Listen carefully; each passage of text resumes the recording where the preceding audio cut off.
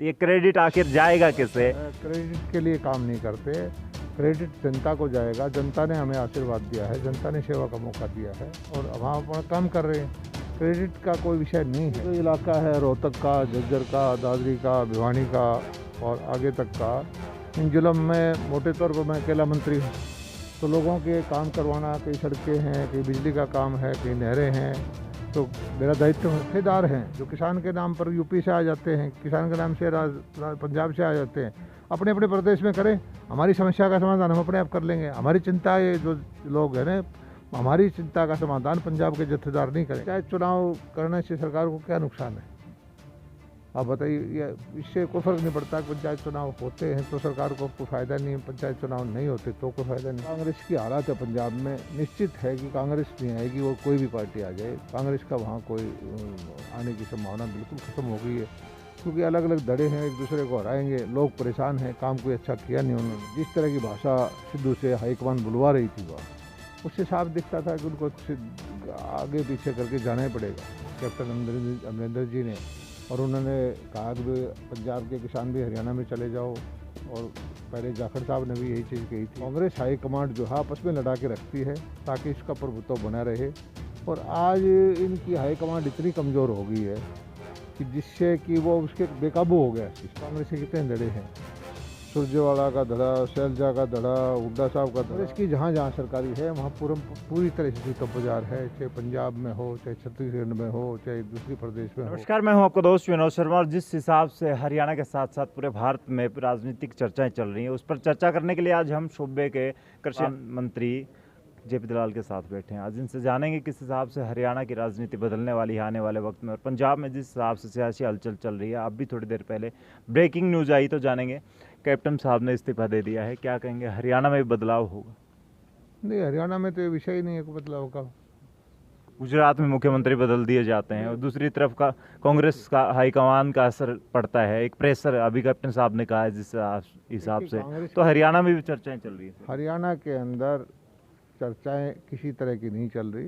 हरियाणा सरकार अच्छा काम कर रही है, किसानों के लिए, मजदूर के लिए, गरीब के लिए, दुकानदार के लिए अच्छी अच्छी योजनाएं लेके आ रही है, और यहाँ इस तरह का कोई विषय है ही नहीं। पंजाब में ही नहीं, कांग्रेस की जहाँ जहाँ सरकारी है वहाँ पूरी तरह से जूता बाजार है, चाहे पंजाब में हो, चाहे छत्तीसगढ़ में हो, चाहे दूसरी प्रदेश में हो। और ये कांग्रेस की राजनीति जो है वो उसका तरीका अलग है। कांग्रेस हाईकमांड जो है आपस में लड़ा के रखती है ताकि इसका प्रभुत्व बना रहे, और आज इनकी हाईकमांड इतनी कमज़ोर हो गई है कि जिससे कि वो उसके बेकाबू हो गया सिस्टम। अलग अलग धड़े हैं। अब हरियाणा में देख लीजिए कांग्रेस के कितने धड़े हैं, सुरजेवाला का धड़ा, शैलजा का धड़ा, हुड्डा साहब का धड़ा, एक वो देख लीजिए कांग्रेस के कितने धड़े हैं, सुरजेवाला का धड़ा, शैलजा का धड़ा, हुड्डा साहब का धड़ा, एक वो कैप्टन यादव का, तो तरह तरह के धड़े हैं इसमें। सोशल मीडिया पर कुछ मैसेज चल रहे हैं पिछले 2 दिन से कि मुख्यमंत्री अगर चेंज होते हैं तो सबसे ऊपर नाम चल रहा है जेपी दलाल का। कुछ ऐसा हो सकता है, हलचल है? मुझे तो पहली बार विधायक बना, अच्छा महकमा दे रखा है, और मुझे जो मेरी मर्जी का महकमा जो किसानों के लिए काम करना था वो करने का मौका मिला है, और मैं इसमें पूरी तरह से संतुष्ट हूँ, और ये सोशल मीडिया की अफवाहों में कोई दम नहीं है।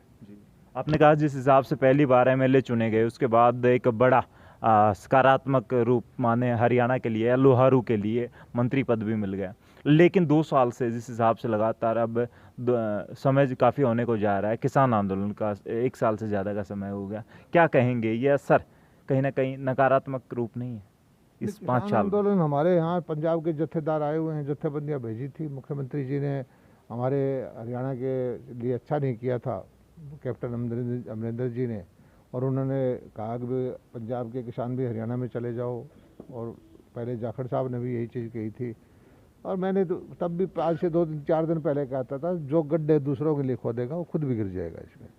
और उसकी परिणति ये है कि जो गलत काम किए हरियाणा के किसानों के लिए, हरियाणा के संसाधन के लिए, हरियाणा की इकोनॉमी ख़राब करने का, और किसानों के नाम पर राजनीति करके अपने ध्येय हेतु साधने का जो काम किया है उसका परिणाम उनको भुगतना पड़ रहा है। कैप्टन साहब के बयान के ऊपर ये फैसला लिया गया है, उनका कहना है, और कुछ सूत्रों के हवाले से ऐसी बातें चल रही हैं कि हाईकमान का प्रेशर है, या फिर जिस हिसाब से बीजेपी ने विरोध किया है हर स्तर पर कैप्टन साहब का इस्तीफा होना चाहिए। नहीं, तो क्या कैप्टन मानते साहब का जिस दिन से सिद्धू साहब को प्रधान बनाया, कैप्टन साहब का जाना तो उस दिन से निश्चित हो गया था, क्योंकि जिस तरह की भाषा सिद्धू से हाईकमान बुलवा रही थी वहाँ, उससे साफ दिखता था कि उनको आगे पीछे करके जाना ही पड़ेगा।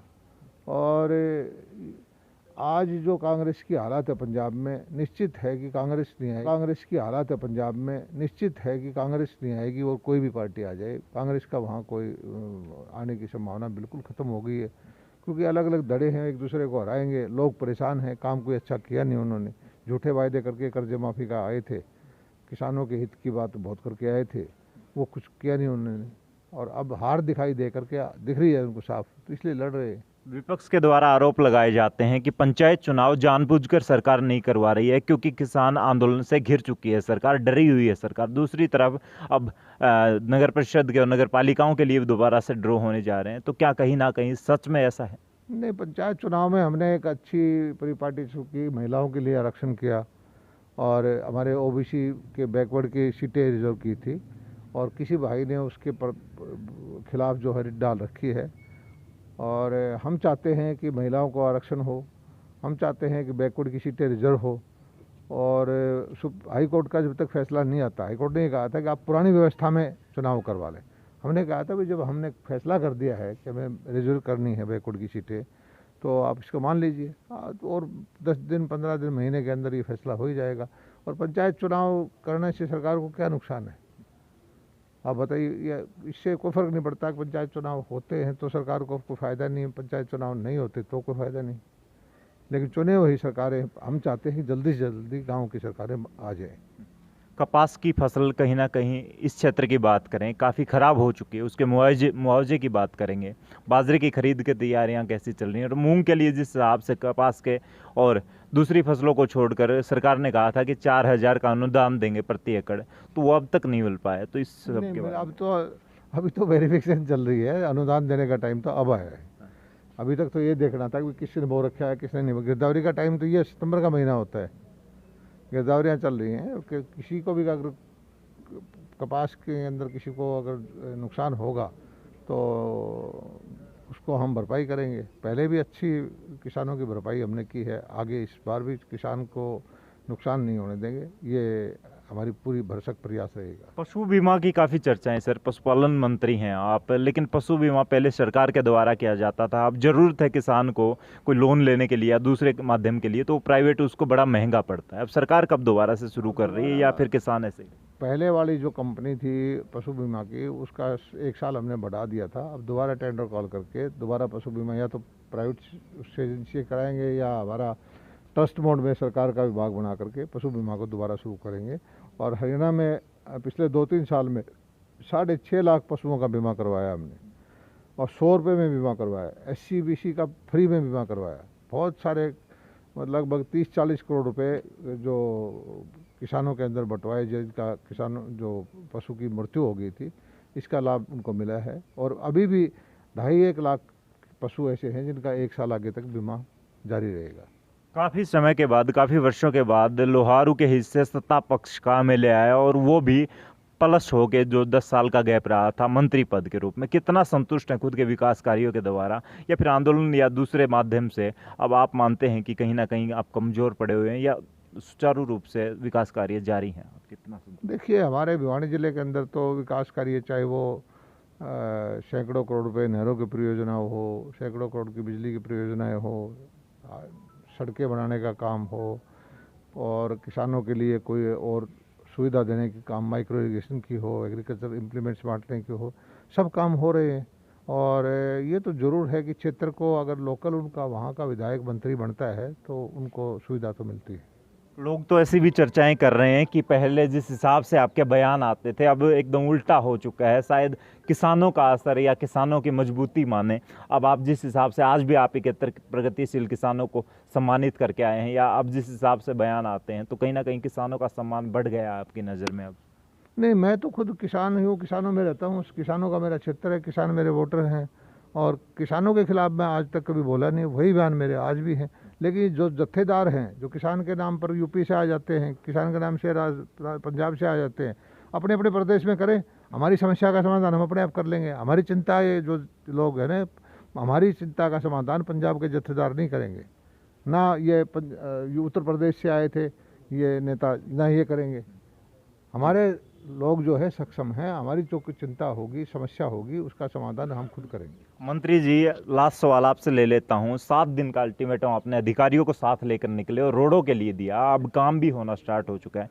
कुछ जनता ये भी कह रही है कि मंत्री जी नहीं निकलते तो शायद और लंबा खिंच सकता था ये काम।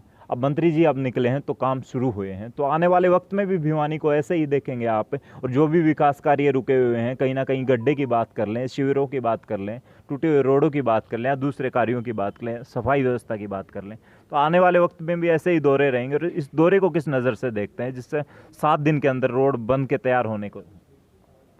देखिए, अब ये जो इलाका है रोहतक का, झज्जर का, दादरी का, भिवानी का और आगे तक का, इन जिलों में मोटे तौर पर मैं अकेला मंत्री हूँ। तो लोगों के काम करवाना, कई सड़कें हैं, कई बिजली का काम है, कई नहरें हैं, तो मेरा दायित्व है। जहाँ जहाँ मुझे कुछ शिकायत मिलती है मैं तुरंत मौके पे जाता हूँ। और मुझे खुशी है कि यहाँ मैंने अब आज भी चेक किया है कि सब काम शुरू हो चुके हैं, सिवाय इस हुड्डा का। 20 तारीख को अब चेक करके बता देना है कि हुड्डा का काम, ये सड़क है, शुरू होगा या नहीं होगा। मैंने 20 तारीख का आखिरी तारीख दे रखी, 20 तारीख को काम उनका शुरू होना चाहिए। अगर नहीं होगा तो मैं कार्रवाई करूँगा। अच्छा, आपके एमएलए साहब इंटरव्यू दे रहे थे एक दिन, भिवानी की बात कर लें या दूसरे नेताओं की बात कर लें, क्रेडिट काम कोई करता है लेकिन क्रेडिट वाली बात आ जाती है। क्रेडिट आखिर जाएगा किसे? क्रेडिट के लिए काम नहीं करते, क्रेडिट जनता को जाएगा। जनता ने हमें आशीर्वाद दिया है, जनता ने सेवा का मौका दिया है और हम अपना काम कर रहे हैं। क्रेडिट का कोई विषय नहीं है। लोकतंत्र के अंदर जनता सर्वोपरि है, यही मालिक हैं, और इसको ये खुश रहे तो हमें काम करने का आशीर्वाद आगे भी मिलेगा। ये खुश नहीं रहेंगे तो ये एक काम से, 2 काम से ऐसा नहीं है। सही मायने में आकलन 5 साल के बाद जनता एक बार करती है और तब फैसला करती है कि किसने क्या किया। आने वाले वक्त में हरियाणा की राजनीति को और बीजेपी की राजनीति को कहाँ देखते हैं, क्योंकि ओम प्रकाश चौटाला भी अब दोबारा से दौड़ में आ गए हैं?